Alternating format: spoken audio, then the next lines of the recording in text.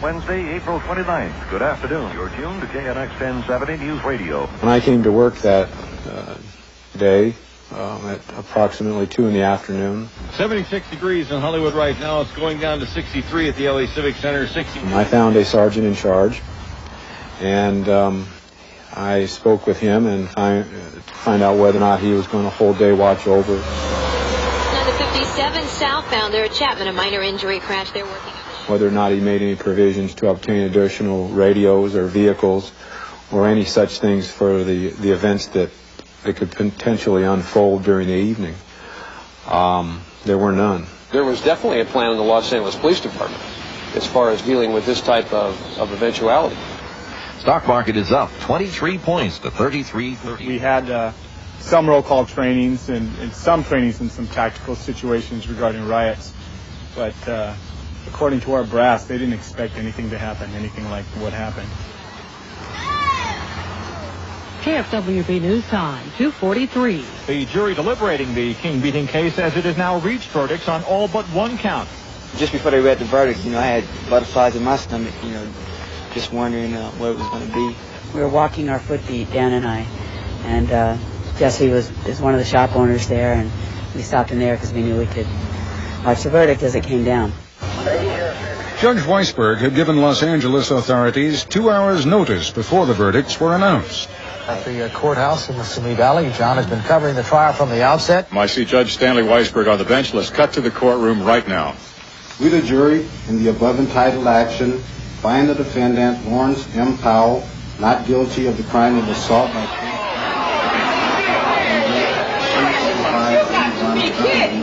Timothy E. Wynn, not guilty of the crime of... This was quite America on trial. This was a modern-day lynching. How in God's name could a verdict come back? All these verdicts of not guilty. You're innocent, man. You're innocent. You're jealous. Lieutenant Mike Mula and his officers of the 77th Street Police Station would be on the front line when trouble broke out later at Florence and Normandy Streets. The number one thing that concerned me during the evening, and I told the roll call, was that there was no plan that I knew of. I had never seen a plan, and that this was one of the very first days in my 20 years of coming to the police department that I was significantly concerned about my safety and the safety of my officers and the policing of the community before I ever came to work. Now, Eyewitness News at 4. Good afternoon. A lot of people right now are saying it is a shocking development in the Simi Valley. Not guilty. That's what the Los Angeles police officers accused of Rodney King heard just within the hour. An hour after the verdict, one of the defendants, Sergeant Stacy Kuhn, leaves the courtroom. Lawyers had held their clients back, waiting for the crowd outside to disperse.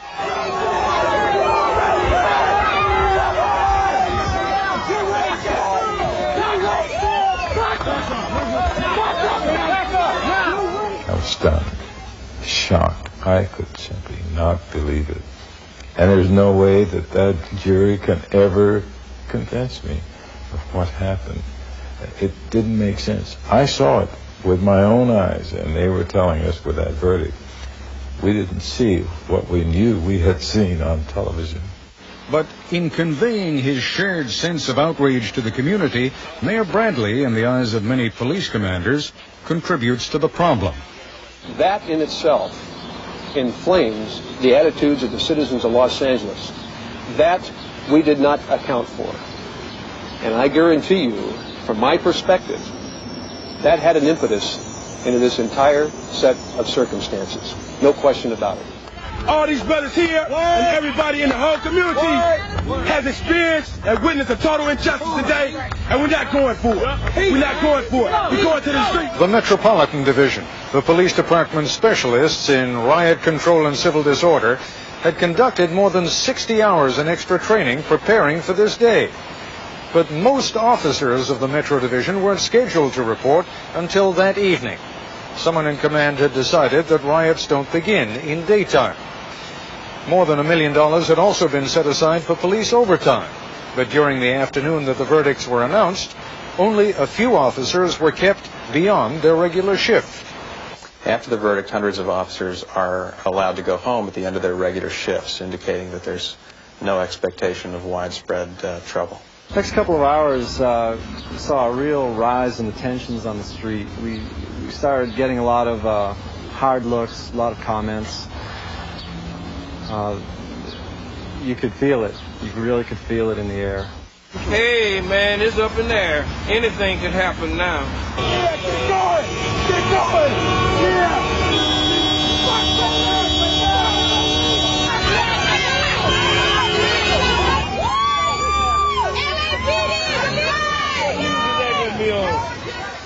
The Los Angeles Police chronology places the first indication of trouble at 4:30. A crime call came in from a local liquor store. A gang member's account fits strikingly with the police record and with the recollections of a news photographer. From my understanding, people went to the store and just decided that they weren't going to pay for what they were getting. They were stopped at the door, and at that point, Mr. Lee's son was hit in the head with a bottle of beer. Over our radio, we heard a unit put out a help call or an assistance call at Florence and Normandy, and that's when Chris and I first drove through that area. I guess Mr. Lee, who was sitting behind the counter, pushed this little panic button or whatever you want to call it, and that brought the police there in a hurry. 4 police cars went by me, 60 miles an hour, code 3. Lights and sirens. I said, now this looks a little more serious. I said, I better follow them.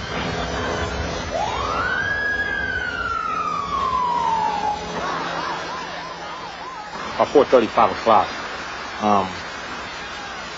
we had heard that there's a gang of police out there on the corner. And when we came out from the back, we had saw them chasing one of our little homies.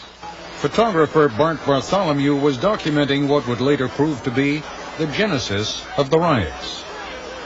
I went through the crowd and got to police officers who were effecting an arrest. And the crowd was yelling at the officers and actually tried to wrestle the suspect from the police. If there were 30 officers there, I'll bet there were 150 people there. I tried to maintain a level, a coolness and a control that would at least allow me to keep shooting. I think you'll see in the second picture that his hands finally wound up behind him in handcuffs, and he was completely under arrest. This was the time when he was thrown up against the side of the car. I realized moment by moment that what was building here was going to boil over. At the time the officers were attempting to maintain some type of a skirmish line, they were being, of course, pelted with rocks and bottles and everything. As the rage in the crowd grew, the level of tension rose. Someone right behind me, as close as shoulder contact to me, said, "Cop's going to die tonight." And I heard another voice over on this side and said, "It's Uzi time." I looked at the situation and I made a determination in agreement with the supervisor on scene that it wasn't worth it. An officer went down the police line. He patted everybody on the back and said, "We're out of here, we're out of here, get ready to move."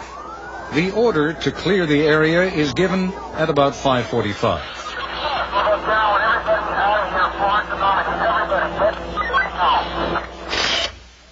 One officer is already in his car on the driver's side, and a second officer, his partner, is entering the shotgun side of the car.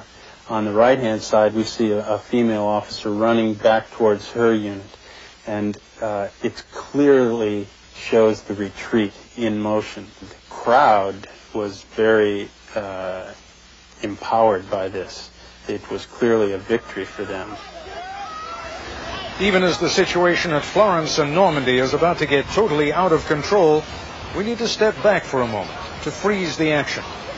This city, you need to know, resembles nothing quite so much as a dysfunctional family. Over the past 14 months, the LA Police Department has lost 2 of its 3 assistant chiefs. The one who stayed on, technically the second highest ranking officer in the department, is barely on speaking terms with the chief. Chief Gates and Mayor Bradley don't talk at all.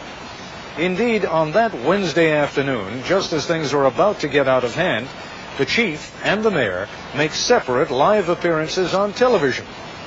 They have yet to communicate with one another. They hate each other. Daryl Gates thinks the mayor is sneaky. He has used those terms. Tom Bradley just wants Gates out. He thinks he's a bully. He never wanted him in the first place. I know that we must express our profound outrage, our anger, but we must do so in ways that bring honor to ourselves and our communities. We must not bury the gains we have made in the rubble created by destructive behavior. If we have civil disturbances, we are prepared to deal with that. And I'm not going to go into any detail. Our job is to maintain peace and order on the streets. When I see the mayor of the city of Los Angeles, Tom Bradley, who does not talk to the chief of police for over 12 months, who's running the city? At 5:45 that Wednesday afternoon, one corner of the city at Florence and Normandy is about to be run by a mob.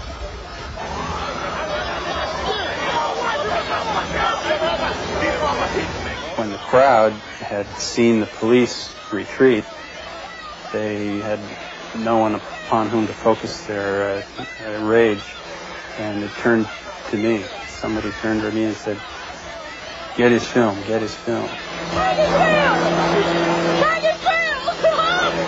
Someone in the crowd helped me. He just felt like a middle linebacker on my right flank. And he said, "I've got to get you to your car. Where's your car? You've got to get out of here."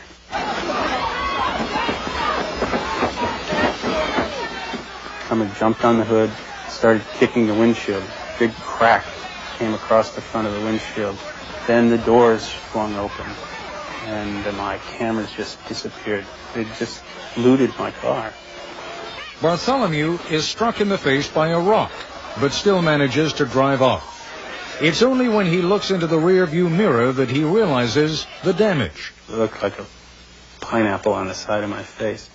It scared me into a belief that, hey, I might be really injured here. I better get some help. A few blocks away, Bartholomew is able to catch up with the police, who are regrouping under the command of Lieutenant Moulin. I could see that the poor man had damn near been beaten unconscious. He had a contusion or something on the side of his face that was as big as a grapefruit. And Moulin looked at me and said, "Yes, you do need a doctor." He said, "I'm going to get you one, and you sit down right here." I told him I would not leave the area, that I did not take him in his car with me. I realized that there was still a roll of film in the car. And he says, "If I go unconscious, I want you to make sure the New York Times gets these." And I said, "I will." I didn't realize this until after it had happened, even maybe a day later, that the position in which I put myself really became ground zero. It was the flashpoint. I met with Captain Jefferson for I believe this is the 4th time now. And I told him real bluntly that the riots have started. I truly believe that this is the beginning of the riots, and that the intersection at Florence and Normandy, we had lost both north and south, east or west, that we did not presently have enough people deployed to safely accomplish taking that intersection back in any way, shape, or form. It is just about 6 o'clock. Tom Bradley and Daryl Gates have yet to talk. Indeed, the police chief is getting ready to leave his headquarters at Parker Center to attend a political fundraiser.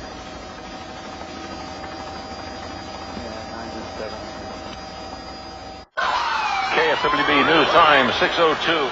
Less than 20 minutes have passed since the police withdrawal from Florence and Normandy, but the increase in violence is dramatic. We're having one store that apparently is being looted at this time. This may be the flashpoint of the unrest that people were talking about. Everything is pretty. Everything is pretty. What I've seen at least 20 to 30 young people throwing rocks. You can hear them impacting against cars and against trucks. I haven't seen any police officers coming here. Only police.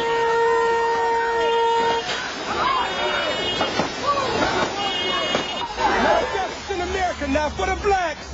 The scene has really gone crazy out here right now.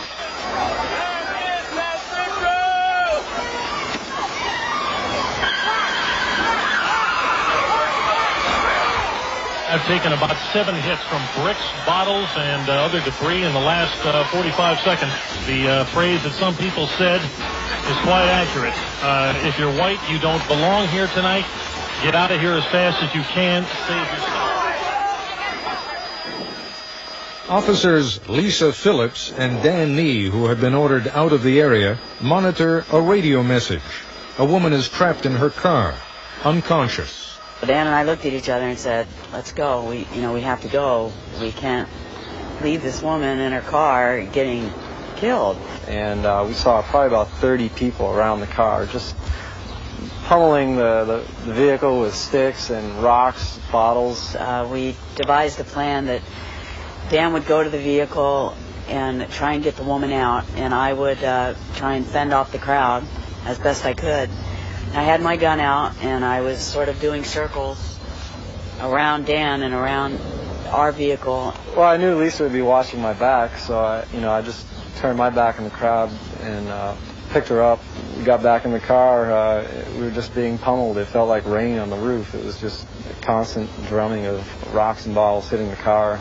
And the rear window blew out, showering everybody with glass.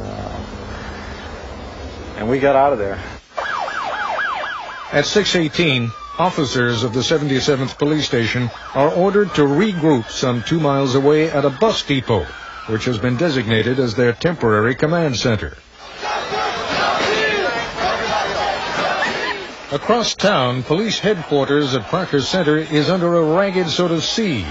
Hundreds of protesters whose only mission appears to be taunting the police. At that point, the police throw up a barricade. They stop the protesters about 20 feet out from the main doors of Parker Center. They stop them. And they're trying to hold them back. They're trying to inch them back to the curb. It's just this back and forth. This giant game of chicken between the cops and the protesters. Stanley Scheinbaum, the president of the police commission, had just arrived at police headquarters. At the rear garage exit, he had passed Chief of Police Gates, who was leaving the center. I ran into the chief, and he was getting into a car. There was I going down there to find out what was going on. And I asked him where he was going, somewhat surprised that he was leaving, although he could have been going to some command post out in the field for all I knew. And he didn't answer my question. He made some remark about I have something to do. I didn't believe it when I heard it. I didn't believe it. I thought that he was someplace taking charge someplace. So, yes, it was a shock to me to find that he was at a fundraiser. It's 6:30. The protest at police headquarters is turning violent. Chief Gates has left Parker Center on his way to Brentwood, where he'll attend a political fundraiser to fight Proposition F, legislation which would give the mayor more power over the police chief. Why on that Wednesday afternoon, early evening, about 6:30, just as things looked as though they were beginning to get a little bit out of hand, was it so important for you to go after that fundraiser? Potato was not important, but let me just say that we had not received in my office any reports of anything serious that we did not believe we could not handle. We'd already set up the Emergency Operations Center. That was an operation. I'd appointed field commanders. Everything was in operation. We believed our deployment was good. I felt very comfortable in what was taking place at that particular time. But to answer your question very directly, there is no good reason for my attending that group. I don't know. I don't know who was running the show. And I don't think anyone can tell you who was running the show. The show was kind of just running itself. It's 6:43 at Florence and Normandy. I seen a guy off like the southwest corner there jumping on two cars. And I realized something was wrong, so I tried to get out of the way, but it was too late. I really don't know what I was thinking. I just wanted to get out of there, but every time I tried to get up, they would knock me back down.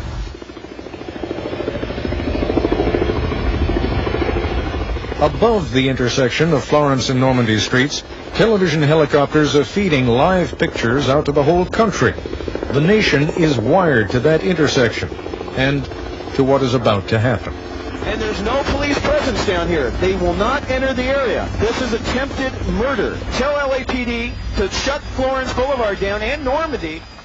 UPI reporter Bob Brill phones in a live report on the Reginald Denny beating. The man is up now. His clothes are torn. He's still bleeding all over the place. He's trying to get back into his truck. He is getting back into his truck. He's trying to get out, trying to drive through this intersection now. I hope he has enough power to, on his own, to just get out of the area. I'm a news reporter. But then, abruptly, Brill himself comes under attack. Something. Can't tell. Oh, God! No!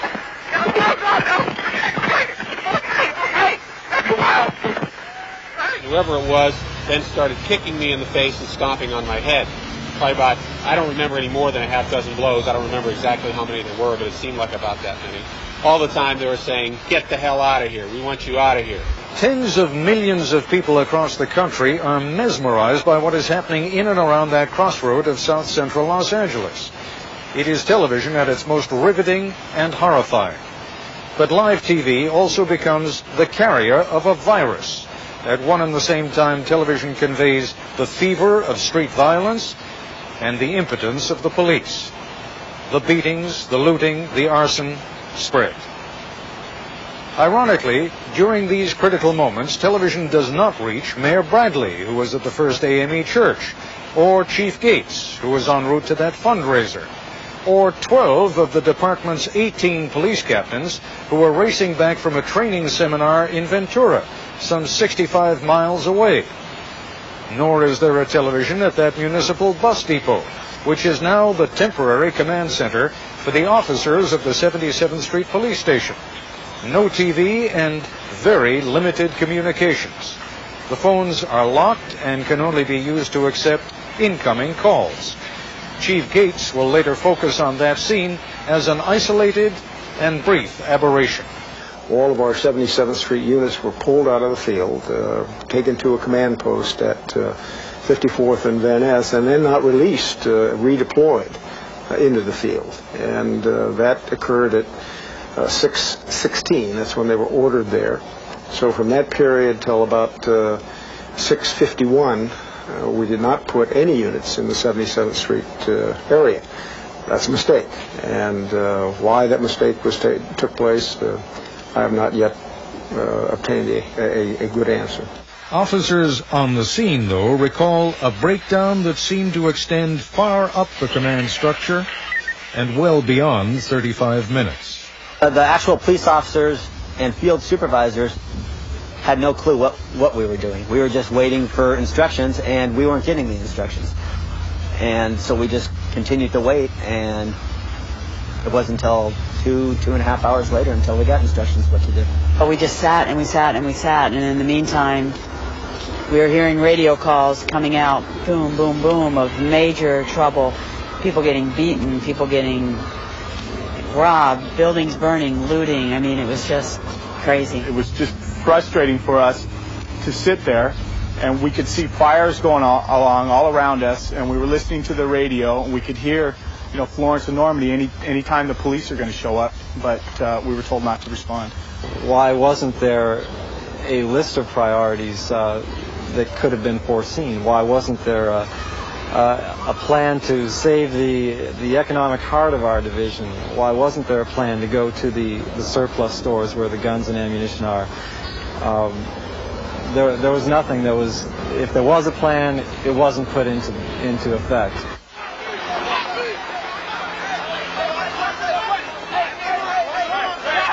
With no real police presence in the street, individual citizens throw themselves in harm's way to protect complete strangers. The Reverend Benny Newton sees truck driver Fidel Lopez being beaten. Home video cameras are rolling. They were attacking anybody that wasn't black. He ran across the street, and they caught him. And when they caught him, they began to kick him and hit him and beat him with sticks. And all along I was trying to stop them, and they would not stop. And he groaned and rolled over, and he literally stopped breathing. And at that time when I saw that, I threw my body across Tim to protect him from hitting him anymore. I says, no more, this is enough. You're going to have to kill me too.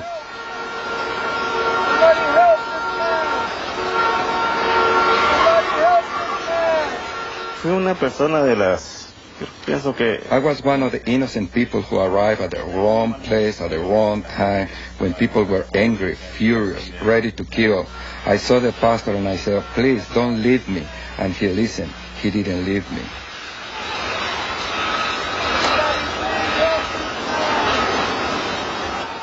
Raul Aguilar was attacked while he pushed his broken-down van along Florence Avenue. Watching from their front porch were James and Barbara Henry.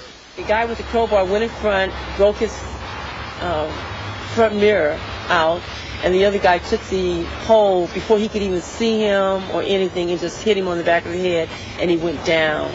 And about that time, a car came by and ran over his leg. So I knew I had to get him and get him to the side before he got hit again. I just didn't want to see him die, you know. When he visited me, and I saw him, because I knew what he has done for me, and I was still in the bed. So when he came, I hugged his arm, and I love him. Police, still unable to drive through the intersection of Florence and Normandy, decide to dispatch a helicopter to assess the area. Officers had heard that motorists were being beaten. When things go wrong, they go wrong in numbers. The initial helicopter had a mechanical problem and had to sit down in an emergency location, which now presented us with another problem, and that was the security and safety of the helicopter and the officers on board. While leaders at the command post struggled to close off the area, a second helicopter is dispatched to survey the intersection. Apparently, it arrives during a lull. The pilot reports back that the intersection is quiet. The quiet does not last. Just after 7, a deputy chief tells an aide to Mayor Bradley, it's getting ugly. We may need the National Guard. The violence has moved and spread and grown.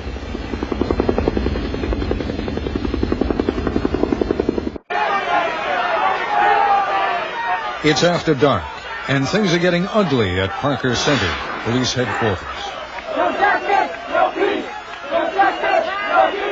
What it seemed like is that, for the first several hours, no one was in charge. I think the mayor thought, because he is African American, that there would never be a race riot here again, that he would be able to control it. Gates thought that his police could handle any situation. Turned out they were both wrong. Wrong and still out of position. So it falls to Deputy Chief Ron Frankel to order full mobilization. That happens at 8:10. Every officer in the department is ordered to report to duty, but in many respects, it is simply too late. The process will take several hours. Many of the officers are not home. Others live far away, and when they do finally report in, there aren't enough vehicles to get them to their assignments. We're riding 4 deep in a car. Once we get assigned cars, and we're borrowing, just dual-purpose cars that don't have any lights or anything on them. We're borrowing those and just getting everybody basically to the command post, which is at 54th and Arlington. Just getting to the command center was difficult enough. Lights and sirens everywhere, people everywhere running, buildings on fire everywhere, and you can hardly see for the smoke, and choking and coughing on the way to the command post because of the smoke, and everything is burning. Meanwhile, the situation at Florence and Normandy remains out of control. It is about this time, shortly after 8:30, that Police Chief Gates finally arrives at the Emergency Operations Center at City Hall, where he's briefed by his staff. Nearby, the crowd at Parker Center has been growing, preventing police from moving out to other areas of unrest. Tired of the standoff, the protesters turned to vandalism.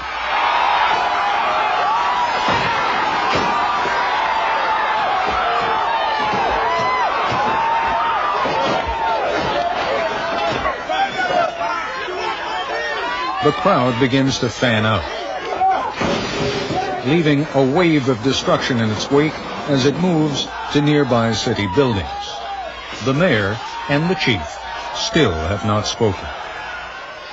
At 8:45, Mayor Bradley, who can see what is happening outside City Hall, calls Governor Pete Wilson and requests help from the National Guard. Technically, legally, the mayor is within his rights making the request, but normally such a request would only come after consultation with the chief of police. What might have been controllable a few hours ago is now exploding into sheer anarchy.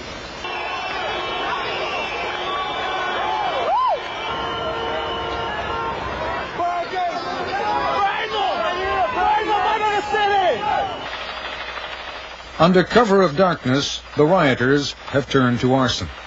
Building after building goes up in flames. Western engage OCD. You've got 1, 2, 3, 4, 5, 6 fires burning. A special plan had been worked out in advance between the fire department and the police department. In the case of civil disorder, fire trucks would have police escorts. That plan falls apart. OCD from Engine 14 at 51st and Avalon. We need PD here. Firemen need help. We're working on PD and we cannot get any PD for you. We have an injured fireman and we still have no PD at Adams and Hobart. Light Force 50. Light Force 50 needs help. We've got shots fired. Light Force 50, roger. We're working on PD right now for you. If it gets bad, just pull out. I now have fire chiefs that are running around literally infuriated, yelling and screaming that they can't get to the fires, they can't get to the calls because they don't have police escorts. Taking from Test, Light Force 35, 31st and Western, we have a fireman shot. We have a fireman shot. We need help immediately. We were on Vermont Boulevard there, and it's kind of like on Beirut Avenue. Fire Captain Carl Butler turned from the fire at one point to face a gang member pointing an AK-47 at his head. He's a madman. This is his night. I remember his eyes. I remember the muzzle of the assault rifle that he had. I kept expecting that gun to go off. It was, if he killed me, he was going to kill my crew. Having gone in without a police escort, they decided to abandon their truck. We went into a Latino household and kind of forced our way in, but anyway, we barricaded ourselves in there for about 45 minutes until the SWAT team came and rescued us. What surprises many is how the zone of fire and destruction spreads throughout Los Angeles, to Hollywood, and other more affluent areas. So now you have a situation where you don't have a singular flashpoint, you have multiple flashpoints that are occurring all over, and they're occurring almost simultaneously. Communication, any kind of communication, is at a premium that night. It is almost impossible to get through to any law enforcement agency. The 911 emergency phone lines are clogged to the point of paralysis. Communications was horrible that night. You couldn't call your next door neighbor. It was very difficult to get through to 911 or any other agency. The dominoes are starting to fall. Lack of communication at the top, clogged communication throughout the system. Street violence, looting, arson. Finally, at 10 p.m., top city officials are brought together on a conference call, initiated by the governor, Pete Wilson. He, Mayor Bradley, Los Angeles County Sheriff Sherman Block, and Chief Gates, among others, review the need for sending in the National Guard. It is the governor's recollection that the law enforcement representatives on the call, Chief Gates and Sherman Block, initially expressed some skepticism about the need for the National Guard. By the end of the call, as Mayor Bradley remembers it, that skepticism had been resolved. When the governor asked, how many troops do you need? I said 2,000. The chief was silent. He didn't say anything. Around 11 p.m., 8 hours after the verdict, some sort of unified response becomes discernible. We believe that the situation is now simmering down, pretty much under control, and the governor has assisted us with a declaration of emergency so that in the event further assistance is needed, it will be able to respond very quickly. We have made available some 2,000 National Guardsmen. They are on standby, prepared to move. At 12:15, Mayor Bradley signs an order putting the city under curfew. The National Guard is dispatched to Los Angeles, but they will not be deployed on the streets until Thursday afternoon. Looters are now being arrested. Throughout the early hours of the riot, police had been inhibited about arresting suspects. No transportation, no place to process them, no place to keep them. That's changing.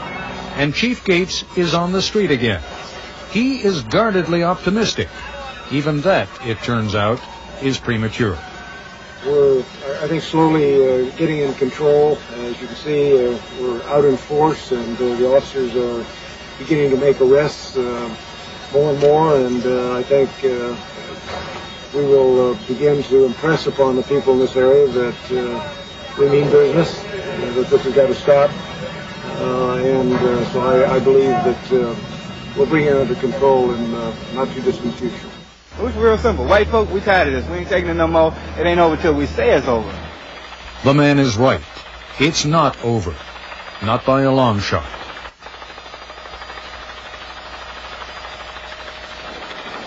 Good morning, everyone. After a night of incredible devastation and destruction and loss of life, Los Angeles is trying to figure out what happened overnight in the wake of the Rodney King beating verdicts.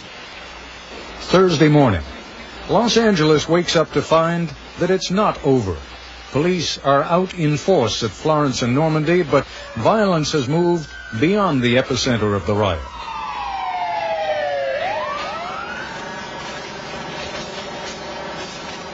What no one expected was that the rioting would continue during daylight hours. In fact, it gets worse. The fires continue, and the city seems to explode in an orgy of looting. I've been taking pictures of all this. This is exciting. It's wrong, but it's exciting. The Browns had some people here for a minute, and they took off and just told mayhem. Everybody's getting what they can get, and they go on, they come back. I got pictures of people going back and forth 2 or 3 times. I'm telling you, it's amazing. Let me get this shot here. I can't stand this. To see our community go down like this. I've tried to educate myself and educate my children so that they would not have to live and go through this. And then I have to look at this and then watch these people teach their children to go into stores and take things and steal. I'm ashamed of my own people. The police are reduced, for the most part, to standing by and watching. They knew we weren't shooting them. They knew we weren't arresting them because they didn't see anyone going to jail. So they just ran at will, at free will, doing what they wanted to do. We were temporary inconvenienced and nothing more. We did not have the resources. We did not have the transportation. We did not have the personnel to arrest hundreds, and I mean hundreds, of violators. And I'm talking about men, women, and children. I'm not talking about black, Hispanic. I'm talking about criminals that make up black, Hispanic, white, and everything else under the sun. Most of the 2,000 National Guardsmen are deployed at armories throughout Los Angeles by the wee hours of Thursday morning. But with all the looting and arson that's sweeping the city, there's not a guardsman to be seen on the streets. Hundreds upon hundreds of Korean-owned businesses are first looted, then torched. Among the most memorable pictures of the day, 2 Korean businessmen doing for themselves what neither police nor National Guard are on hand to do. 2 o'clock Thursday afternoon. An angry Governor Wilson gets on the phone with the commander of the National Guard, Major General Robert Thrasher. The local commander, another general, is also on the line. Why, the governor wants to know, are the Guard not on the streets? There isn't enough ammunition to go around, he's told. Also, there are some plates missing that modify the M16 from an automatic to a semi-automatic weapon. Governor Wilson suggests with some irritation that each man be given 1 bullet. That, he points out, will make the question of an automatic or semi-automatic M16 academic. As for the rest of the ammunition, he says, give it to the squad leaders. Have them allocate it as needed. You heard him, says General Thrasher to his subordinate general. You've got your marching orders. Get them out. And so, finally, around mid-Thursday afternoon, 24 hours after the verdict, the National Guard is deployed in the streets of Los Angeles. There's a familiar dissonance to it. U.S. troops patrolling the neighborhoods of an American city as though they were on a foreign mission. If their presence alone is intended to restore tranquility, it's not enough.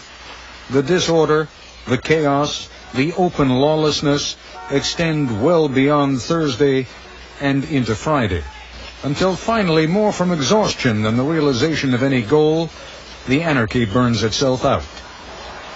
Much of what happened here came about because the LAPD has a reputation for being too aggressive, for resorting too quickly to excessive force, especially in the city's black communities. The videotape of the Rodney King beating engraved on so many of our minds the grainy images of Los Angeles police officers mercilessly beating an apparently helpless man. A lot of very good officers have been tarred by that image. One can't help but conclude that much of the Los Angeles Police Department has become shell-shocked over the past year, and that on the day of the verdicts, if anything, they were gun-shy. It explains in one sense the ultimate irony, the LAPD being held to account for being too timid in trying to control a civil disturbance. There is, as we noted at the beginning of this program, blame enough to go around. Although the police chief and the mayor, consumed by their rivalry and their distaste for one another, deserve special recognition. The Los Angeles riots of 1992 exposed as much as anything a lack of leadership. Not simply the leadership to contain the violence or to put down the riots, but a leadership that has inadequately addressed the deep-seated problems that confront this city and that exploded on the streets of Los Angeles. It remains only to be noted that the cost of the Los Angeles riots was terribly high.